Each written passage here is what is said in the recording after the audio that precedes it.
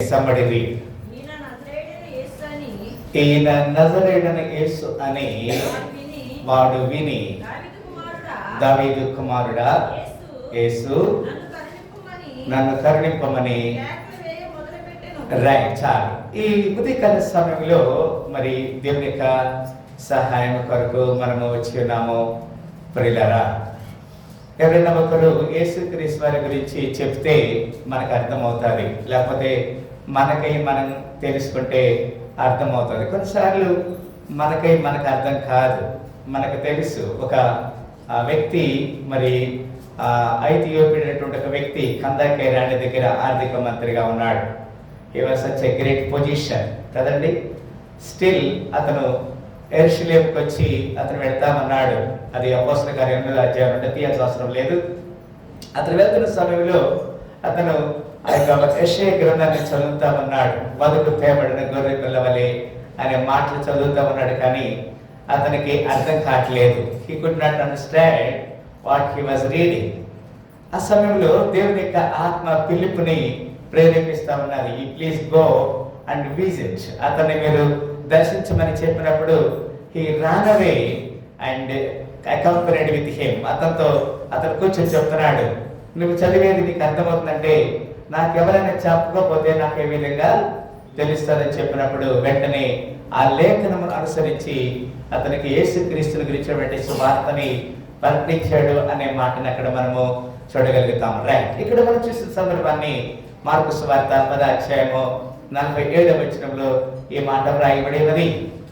ఈ సందర్భం మనకు తెలుసు. యేసుక్రీస్తు వారు ప్రతి గ్రామానికి వెళుతా ఉన్నారు. He voluntarily visiting every village. తర్వాత అతను అనేక మంది రోగగ్రస్తుల్ని అతను స్వస్థపరుస్తా ఉన్నాడు. He was healing every problematic persons, diseased persons. ఆయన స్వస్థపరుస్తా ఉన్నాడు. ఆయన ఒక మార్గంలో వెళ్తా ఉన్నాడు. When he was travelling one way, అక్కడ అందరూ ఈయన యేసుక్రీస్తు అని, దావీదు కుమారుడని అందరూ అతని గురించి కేకలు వేస్తా ఉన్నారు. when everybody shouting, అక్కడ కేకలు వేస్తున్న సమయంలో ఒక బ్లైండ్ పర్సన్ అక్కడ కూర్చొని ఉన్నాడు, ఒక గుడ్డివాడు.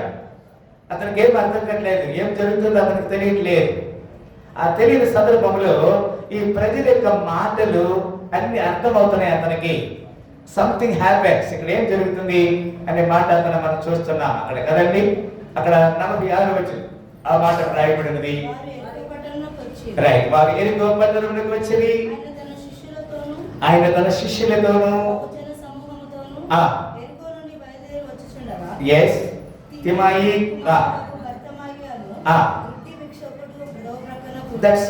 ఎరికో గురించి మనకు తెలుసు. జాషువా నాయకత్వంలో, యెహోషువ నాయకత్వంలో ఎప్పుడైతే వారు యోర్దాను నదిని వారు దాటారో ఒక పెద్ద పట్టణం, బురుసులు కదా, లేకపోతే కోట గొడవలు కదా ఒక పట్టణం అక్కడ ఉన్నది. దాన్ని జయించడానికి వీరికి చేత కావట్లేదు. వేరే అన్నటువంటి కాంకర్. ఆ సందర్భంలో మనం చూసినట్లయితే దేవుడు చెప్పినటువంటి మాట ఏంటంటే, ఆ పట్టణం చుట్టూ 6 దినములు తిరిగారు, 7 దినమున 7 మార్లు తిరిగారు. వారు ఏం చేయలేరు, వారు శత్రువుతో యుద్ధం చేయలేదు. Just they were giving thanks to the lord. దేవునికి కృతజ్ఞతాస్తుతులు చెల్లించారు. దేవునికి ఎప్పుడైతే వారు కృతజ్ఞతాస్తుతులు చెల్లించారో, దేవుని స్తుతించారో, ఏమైపోయింది, ఎరికో గోడలు కూలిపోయినాయి. ఇప్పుడు యేసుక్రీస్తు ప్రయాణం ఎక్కడి నుంచి, ఎరికో నుంచి. వారు ఎరికో పట్టణం నుంచి వచ్చేది. ఆయన తన శిష్యులతో బహు జన సమూహములతో ఎరికో నుండి బయలుదేరాడు. ఎక్కడైతే మనము కోల్పోయి పాట కూడా పాడే కదా, స్థిరపరచువాడు కదా, బలపరచు వాడు. ఎక్కడ కోల్పోయిన చోటే నిలబెడతాడు. ఇక్కడ ఈ ఎరికో గురించి మనం చూసినట్లయితే అది పడిపోయినటువంటి, ఒకప్పుడు పాప శాపమున్నటువంటి ఎరికో పట్టణం గురించి మనం చూస్తున్నాం పిల్లరా. అక్కడ దేవుడు చెప్పాడు, అక్కడ మీరేం చేయాల్సిన అవసరం లేదు, శత్రువుతో యుద్ధం చేయాల్సిన అవసరం లేదు. మనం యెహోషాపాతు రాజు గురించి మనం చూసినప్పుడు, ఇదిగో యోధవరారా యెహోషాపాతు రాజా, ఈ యుద్ధం మీరు కాదు, ఎవరికి యుద్ధం చేసేది, యెహోవా మీ పక్షంగా యుద్ధం చేస్తాడు. The battle is belongs to God. కొన్నిసార్లు మనము యుద్ధం యెహోవాదే అని పాట పాడతాం, కానీ ఆ సమయం వచ్చినప్పుడు when the tight position, when we are getting crisis, మనకు సమస్య వచ్చినప్పుడు we are very much getting upset కదండి. మనకి చాలా సార్లు బాధపడతా ఉంటాం. మనకి ఎక్కడి నుంచి వస్తే సహాయము? కొండకు తట్టు నా కరుడు ఎత్తుచున్నాను. నాకు సహాయం ఎక్కడ చేస్తుంది? యెహోవా సంవత్సరం 120వ కీర్తన ఆఖరి వచ్చిన మాట రాయబడింది. దేవుని సన్నిధిలో 1 నుంచి 6 వచనం చూస్తున్నాం అక్కడ. రైట్, ఇక్కడ మనం చూస్తున్నప్పుడు ఎలా దేవుని సన్నిధిలో దేవుని వైపు మనం కొండలు తట్టులని మనం కన్నులు ఎత్తేవారిగా ఉండాలనే మాట మనం చూస్తున్నాం. ఇక్కడ అంటాడు మరి 47వ వచనంలో, ఈయన నజరేయుడైన యేసు అని వాడు విని. కొన్నిసార్లు somebody tell to others, ఇతరులకి కొన్నిసార్లు మనం చెప్పాల్సిన సందర్భం వస్తుంది. ఆయన ఎవరు? ఈ లోకంలో ప్రపంచంలో చాలా మంది అనుసరిస్తున్న వ్యక్తి యేసుక్రీస్తు వారు. He was the holy, అతను పరిశుద్ధుడు, అతనిలో ఎలాంటి పాపం లేదు అని చెప్పాడు. He was declaring himself, can anybody prove there is a sin in me? నాలో పాపం ఉందని ఎవరైనా సరే ధృవీకరిస్తారా అని చెప్పాడు. ఆ మాట చెప్పడానికి మనకు ధైర్యం ఉండాలి. మనము సాధ్యమైనంత వరకు నీ వ్యక్తిగత జీవితము as long as you live your life, you must be live as a holy. నీవు పరిశుద్ధంగా జీవిస్తే no weapon come to you, ఏ ఆయుధం నీ దగ్గరికి రాదు. అది దేవునికి ఏర్పాటును బట్టి దేవుడు మనంతా హెచ్చరిక చేస్తున్న మాట పేరా. ఈయన నజరేయుడైన యేసు అని వాడిని చదురా ఏమన్నా అక్కడ దావీదు కుమారుడా. వాస్తవానికి ఇతను ఒక నిరీక్షణ లేదు. It do not have any hope. అతను ఒక నిరీక్షణ లేదు. అతను గుడ్డి వ్యక్తిగా ఉన్నాడు. హి వాస్ బెగ్గింగ్, అతను అడుక్కుంటా ఉన్నాడు. అతని సందర్భంలో he was hearing some sound కదా, నజరేయుడు దావీదు కుమారుడా మమ్మల్ని కరుణించమని చాలా మంది అతను కేకలు వేస్తా ఉన్నారు. ఇతను కూడా he was shouting కదా, and when he heard that it was Jesus of Nazareth, నజరేయుడైన యేసు అని ఆయన విన్నాడు. ఎవరు వింది? ఆయన పుట్టి గుడ్డివాడు. He began to cry out and say, Jesus thou son of David, ఏమంటున్నాడు? Have mercy on me, నన్ను కరుణించు. ఎప్పుడు మనందరూ కూడా ఈ మాట చెప్పచ్చు. అందరూ చెప్పండి, have mercy upon me. చెప్పండి, have mercy upon me. Yes, నన్ను కరుణింపుము. ఈ దినమున ఆయన కరుణ లేకపోతే, ఆయన కృప లేకపోతే we cannot live at all. మనం జీవించడానికి ఏమాత్రం కూడా మనకి అవకాశం లేదు. లేదా కొన్ని మాటలు మనం చూస్తున్నాం. మత్తయి సువార్త 2వ అధ్యాయము 22వ వచనంలో ఈ విధంగా వ్రాయబడింది. మత్తయి సువార్త 2వ అధ్యాయము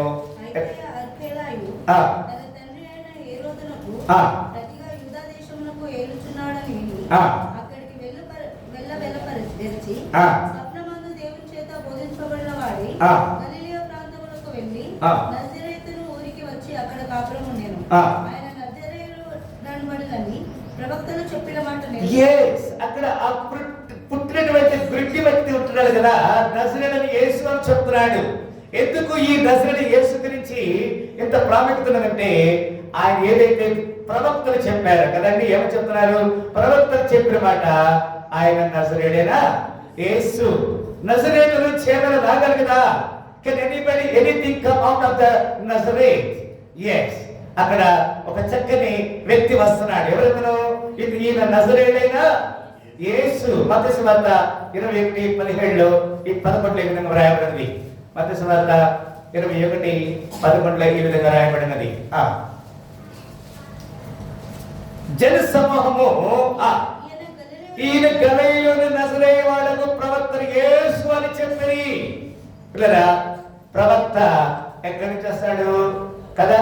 గలిలయ ప్రాంతము, అది తృణీకరించబడిన ప్రాంతము, అది చీకటి ప్రాంతము, పాపము ప్రాంతం. అది ఈ గలిలయ ప్రాంతం గురించి మనం చూసినప్పుడు can anything come out of the Nazareth?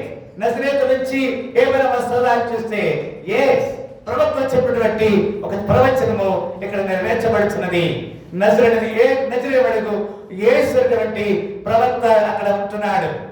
నీ నా జీవితంలో ప్రవక్త యొక్క పరాన్ని మనం అనుసరించాలి. 26వ మత్తయి సువార్త 71వ వచనం ఈ విధంగా వ్రాయబడినది. 26:71. రైట్. మరి ఒక చిన్నది అతను చూసి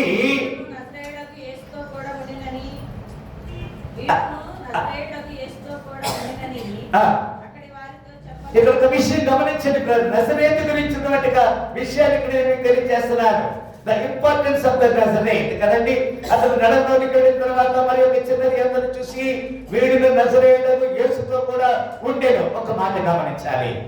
అక్కడ ఒక చిన్నది ఈ సందర్భము మనకు తెలుసు. యేసుక్రీస్తు వారిని సిలువ వేస్తా ఉన్నారు.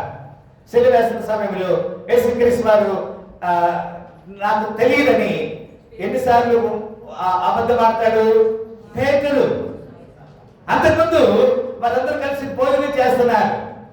బోధకుడా, మరణం వచ్చిన కానీ నువ్వెవరో నాకు తెలియదని చెప్పను, నేను మరణం వరకు నేను నీతో కూడా వస్తానని చెప్పాడు.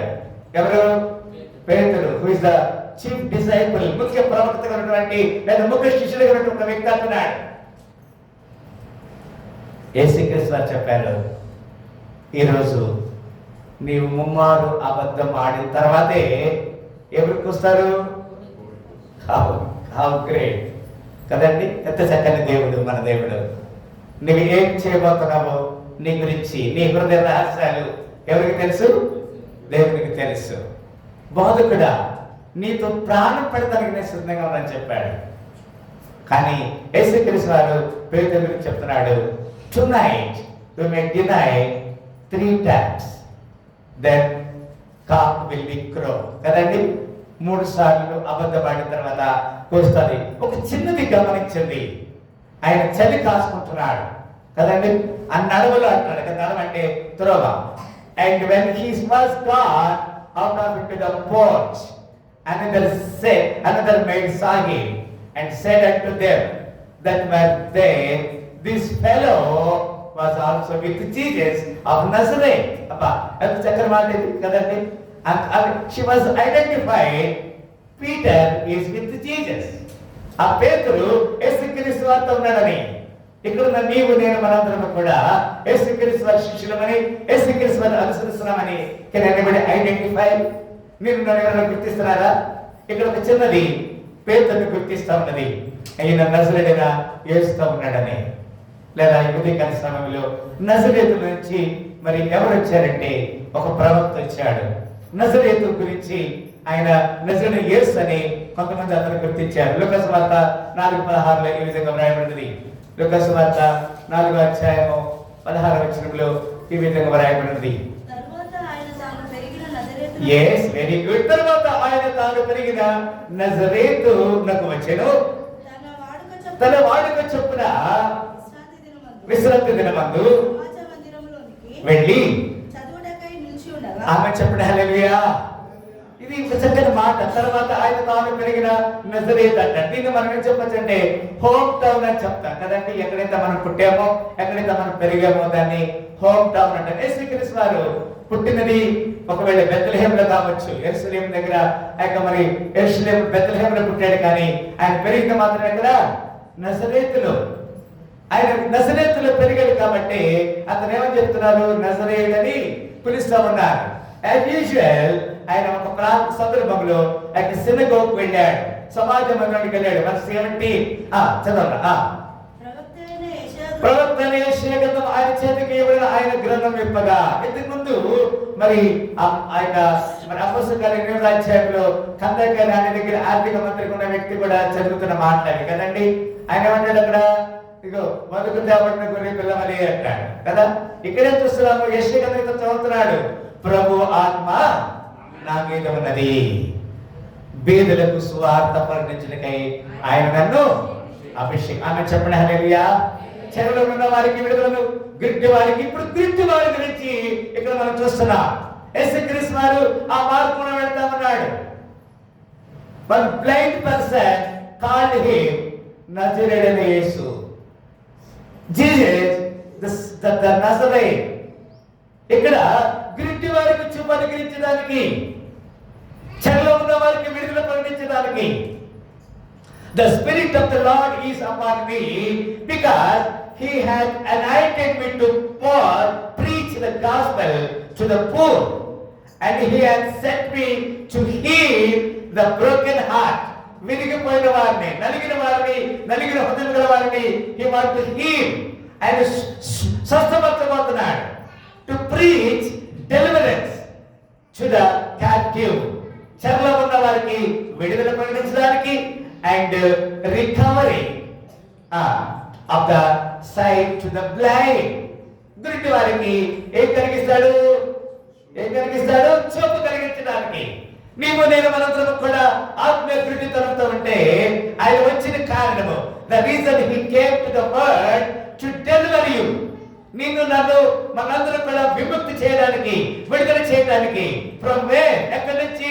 గుడ్డితనం నుంచి, మానసికమైన ఆత్మీయ గుడ్డితనం నుంచి నిన్ను నన్ను విమోచించడానికి, విడిపించడానికి ఆయన ఇచ్చిన సందర్భాన్ని మనం జ్ఞాపకం చేసుకుంటున్నాం. లేదా లూకా సువార్త 18వ అధ్యాయము 36వ వచనంలో ఈ విధంగా రాయబడింది. లూకా సువార్త 18:36లో ఈ విధంగా రాయబడింది. జనసమూహము దాటిపోచున్నట్లు yes వాడు చూచు చప్పుడు విని ఏమని అడగగా, వారు నజరేయుడైన యేసు ఈ మార్గమున వెళ్ళుచున్నాడు. హల్లెలూయా. అక్కడ మత్తయి రికార్డ్ చేశాడు, ఇక్కడ లూకా కూడా రికార్డ్ చేస్తున్నాడు. జన సమూహం దాటిపోవచ్చున్నట్టు వాడు చప్పుడు విని ఇది ఏమని అడగగా, వారు నజరేయుడైన యేసు ఈ మార్గం వెళ్ళుచుండని వారితో చెప్పిరి. అప్పుడేమంటాడు? అప్పుడు వాడు, యేసు దావీదు కుమారుడా నన్ను కరుణించమని కేక వేయగా, and he cried saying, Jesus thou son of David have mercy upon me. ఆమె చెప్పండి హల్లెలూయా. ఈ ఉదయకాల సమయంలో నీవు నేను మనము ఒక సందర్భంలో ఒక దైవ సేవకుడి విధంగా దీన్ని వివరణ ఇచ్చాడు. ఒక గుడ్డివాడు పిలిచినప్పుడంట ఈ లోక రక్షకుడు నిలిచిపోయాడంట. ఆమె చెప్పండి హల్లెలూయా. ఎవరు పిలిచినారు? గుడ్డివాడు. ఒక గుడ్డి వ్యక్తి పిలిచినప్పుడు ఈ లోకాన్ని సృష్టించిన, సాక్షాత్తు ఈ లోకాన్ని సృష్టించినటువంటి సృష్టికర్త, లేకపోతే నిన్ను నన్ను ఆ యొక్క క్యాప్టివ్ నుంచి, లేకపోతే ఆ యొక్క బంధకాల నుంచి విడుదల చేయడానికి వచ్చిన యేసుక్రీస్తు వారు ఆగిపోయాడు. ఎవరికి పిలుపని? ఒక గుడ్డివాని పిలుపు. ఈ ఉదయకాల సమయంలో నీవు నేను పిలిస్తే యేసుక్రీస్తు ఆగుతాడా? ఆగుతాడా? ఒక గుడ్డివాడిని పిలిచినప్పుడు ఆగినప్పుడు నీవు నేను పిలిస్తే ఆగుతాడా యేసుక్రీస్తు వారు? ఖచ్చితంగా ఆగుతాడు. ఆమె చెప్పిన హల్లెలూయా. అంటే నీ విశ్వాసం అక్కడ, నీ విశ్వాసం తొలగి దేవుని సన్నిధిలో కేక వేస్తే, కేక వేయడం అన్నమాట అదేం లేదు, క్రైడ్ అని రాయబడింది. కానీ కేక వేయడం అంటే ఆయనకు మొరపెట్టడమే. ఆ గుడ్డి వ్యక్తి ఏం చేస్తున్నాడు? దావీదు కుమారుడా నన్ను కరుణించు. ఈ ఉదయకాల సమయంలో మనము దేవుని సన్నిధిలో మనము జ్ఞాపకం చేసుకుంటున్నాం. దేవుడు నిన్ను నన్ను కరుణించడానికి ఆయన సిద్ధంగా ఉన్నాడు. I just want to sing one chorus. ఇక్కడ ఇంతకుముందు కూడా మనము పాడాము, కానీ కోరస్ మేము పాడాలని దీంట్లో కంటిన్యూషన్లో భాగంగా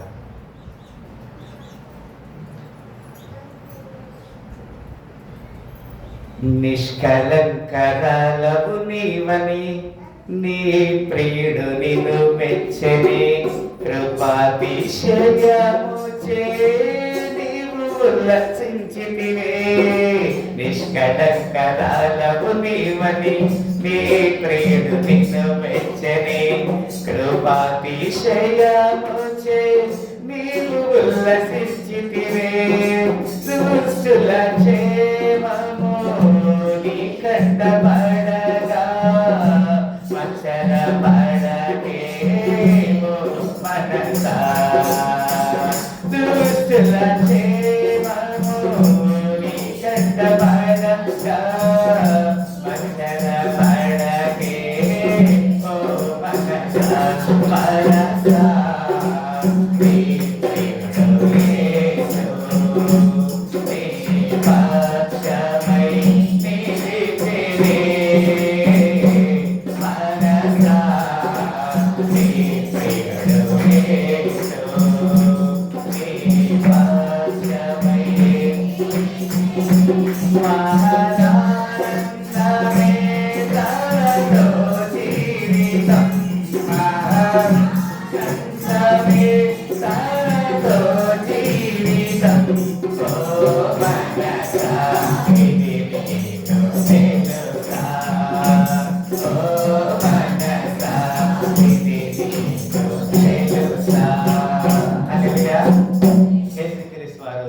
నీ పక్షంగా నా పక్షంగా ఉన్నాడు.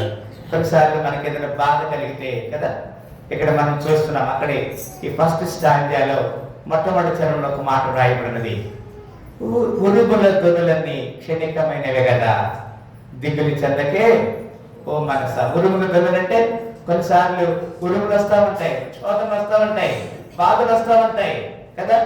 ఎందుకు? ఆయన మనల్ని పిలుస్తున్నాడు. ఈ వాజ్ కాల్డ్ అప్. మనం పిలిస్తే ఆయన ఆగిపోతాడు. ఒక blind person called him the son of David, దావీదు కుమారుడా నన్ను కరుణించమని కదండి. దివ్యమైన సంగతులెన్నో నీ ప్రియుడు వివరించగా ఉత్సాహగానులతో ఊరేగితివే. దివ్యమైన సంగతులెన్నో నీ ప్రియుడు వివరించగా ఉత్సాహగానులతో ఊరేగితివే. ఉరుముల ధ్వనులన్నీ చేసిన మైలవేగా, ఉరుముల ధ్వనులన్నీ చేసిన మైలవేగా, దిగులు చెందకే ఓ మనసా, దిగులు చెందకే ఓ మనసా, మనసా నీ ప్రియుడు యేసు, నీ భాగ్యమై నిలిచెనే. మనసా నీ ప్రియుడు యేసు, నీ భాగ్యమై నిలిచెనే. మహారానందమే తనలో జీవితం, మహానందమే తనలో జీవితం.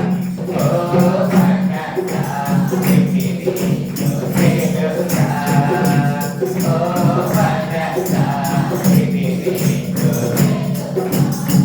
ఇక్కడ మనం చూస్తున్నాం కదా, కొన్నిసార్లు ప్రజలు మనల్ని అంటా ఉంటారు కదా, యేసు ప్రభుని పిలుస్తుంటే ఎప్పుడు ఏం ప్రార్థన చేస్తావు, ఇంక చాలా ఊరుకో. 39 వచ్చారు కదా, లూకా సువార్త 18:39 చెప్తున్నాడు. ఏమంటారు ప్రజలు? ఏమంటారని ఊరుకుంటుమని ముందు నుంచుండిన వాడు వారిని గద్దించిరి కానీ వాడు మరి ఎక్కువగా దావీదు కుమారుడా.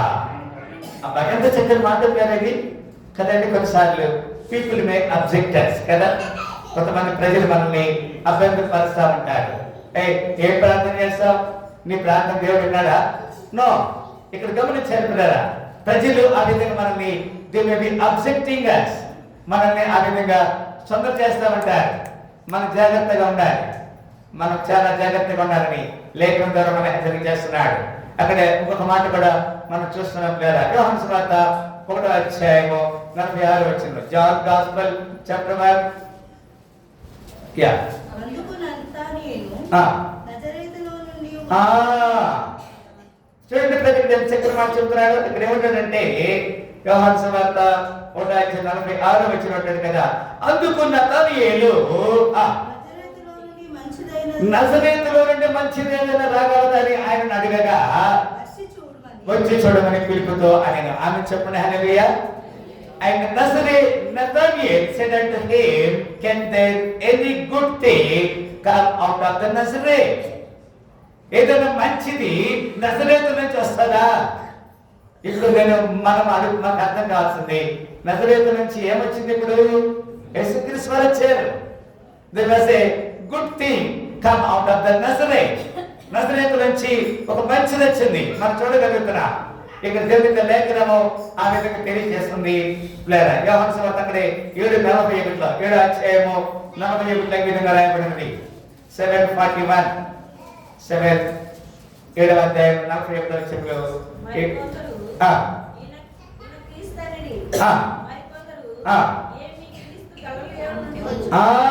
మరి కొందరు ఈయన క్రీస్తు అని, మరి కొందరు ఏమి క్రీస్తు గలల నుండి వచ్చిన క్రీస్తు దావీదు సంతానంలో పుట్టి లేఖనము చెప్తానేదా? పిల్లలు గమనించండి, యేసుక్రీస్తు వారు ఒక సామాన్యమైన గ్రామం నుంచి వచ్చాడు కదండి.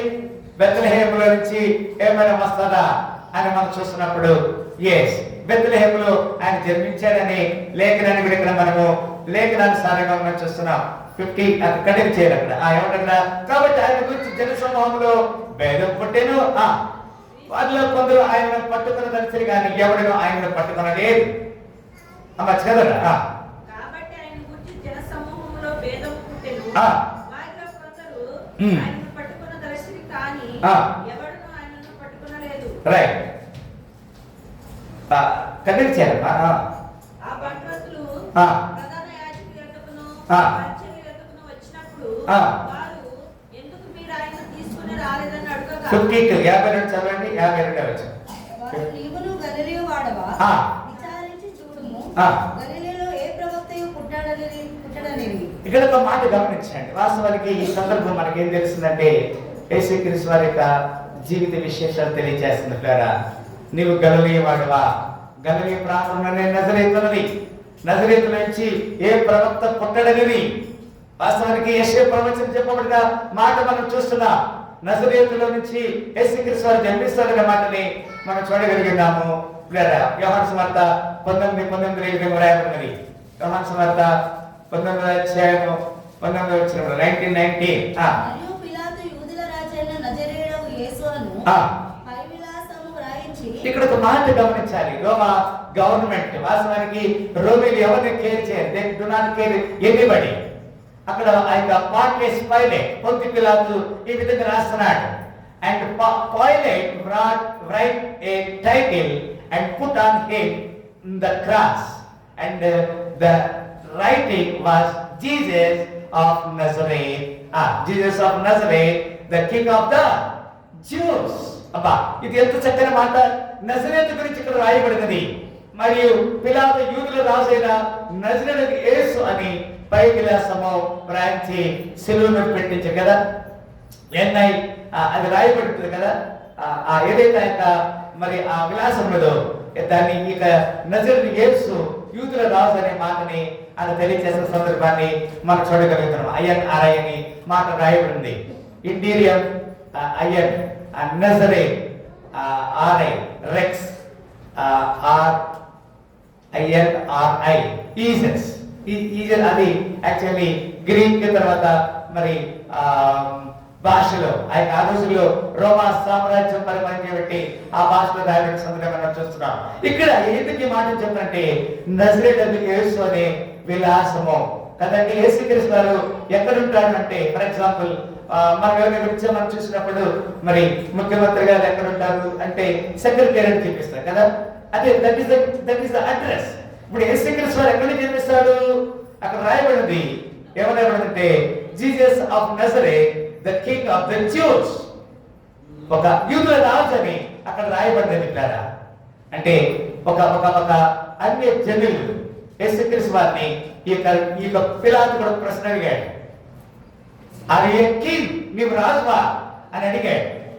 yes I am a king, నేను రాజునని చెప్పాడు. But my Kingdom is not belongs to this world. నా రాజ్యము ఈ సంబంధమైనది కాదు, అది దాన్ని పొందిన వారికి నా రాజ్యం దొరుకుతుందని చెప్పాడు. ఈ దినమున నీవు నేను అందరం కూడా నిజమైన యేసుక్రీస్తు వారి యొక్క ఆ నిత్య రాజ్యానికి వారసులుగా ఉండడానికి దేవుడు మనకు పిలిచాడు. అపోస్తల కార్యములు 6:14 ఈ విధంగా రాయబడింది. అపోస్తల కార్యములు 6:14 ఈ విధంగా రాయబడినది.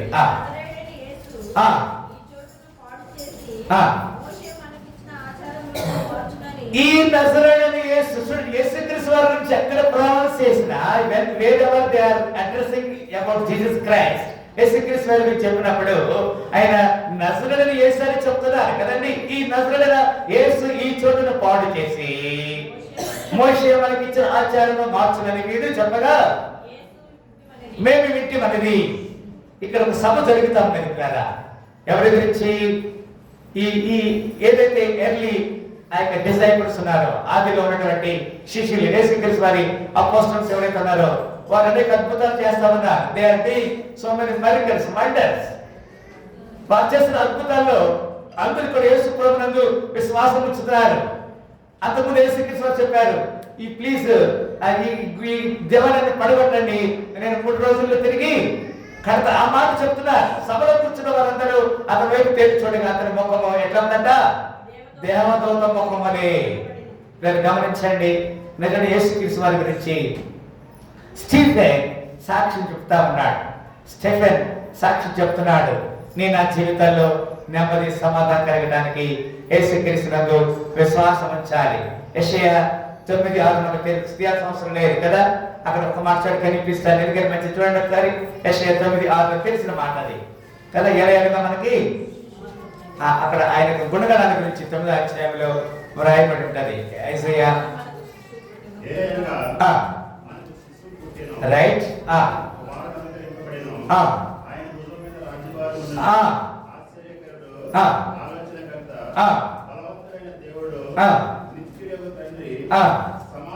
సమాధానకర్త గణపతి అతనికి పేరు పెడతాది. He was titling as the so many captions కదా, ఎన్నో ఆయనకి బిరుదులు ఉన్నాయి. ఇక్కడ మనం చూస్తున్నాం, ఆయన భుజం మీద రాజ్యభారం ఉంటది. ఆశ్చర్యకరుడు, ఆలోచనకర్త, బలవంతుడైన దేవుడు, నిత్యుడగు తండ్రి, సమాధానకర్త, అధిపతి అని ఆయనకి పేరు కదండి. ఈ నజరేయుడైన యేసు గురించి ఎన్నో టైటిల్స్ ని మనం చూడగలుగుతున్నాం. 11:1 అక్కడ 11వ అధ్యాయము 1వ వచనం విధంగా రాయబడింది. 11:1 యెషయా మొద్దు నుండి ఏం చిగురిస్తుంది? చిగురు పడుతుంది. యేసుక్రీస్తు వారు పుట్టాడు కదండి, ఈ లోకంలో జన్మించినప్పుడు జరిగినటువంటి ఆ యొక్క టైటిల్ కదా, నీ నా జీవితంలో మనము సరి చేయబడడానికి దేవుడు మనకు ఒక అవకాశం ఇస్తున్నాడు. ఇర్మియా 23:5 ఇర్మియా గ్రంథము 23వ అధ్యాయము 5వ వచనం ఇది రాయబడినది. 23:5 రైట్. యెహోవా ఇలాగా ఆజ్ఞయించిన రాబో దినములో నేను దావీదునకు నీతి చిగుళ్ళు పుట్టించెదను. అతడు రాజై పరిపాలన చేయును. అతడు వివేకముగా నడుచుకొనును, కార్యము జరిగించును. భూమి మీద నీతి న్యాయములను. యేసుక్రీస్తు వారు ఎవరు? నజరేయుడైన యేసు is the son of David, దావీదు కుమారుడు. నీతి న్యాయములు జరిగించడానికి నిన్ను నన్ను కదా బంధువుల నుంచి విడుదల చేయడానికి ఆలోచించవచ్చునా. ఏమన్నా అతని దినములలో యూదా రక్షణ నందును, ఇశ్రాయేలు నిర్భయముగా యెహోవా మనకు ఏమవుతాడండి? నీతి అను అతనికి పేరు పెడతాడు కదండి. ఈ దినమున జూడా మస్ట్ బి సేవ్ కదా. In his days JUDA shall be save. యూదుల రాజట అని ఆ రోజు శిష్యులు, అక్కడున్నటువంటి సైనికులు ఆయన్ని హేళన చేసి సిలువ వేశారు. యూదుల రాజట ఈయన. పొంతి పిలాతు కూడా is the king of juice అని రాశాడు. ఎస్, లోకం తెలుసుకుంటుంది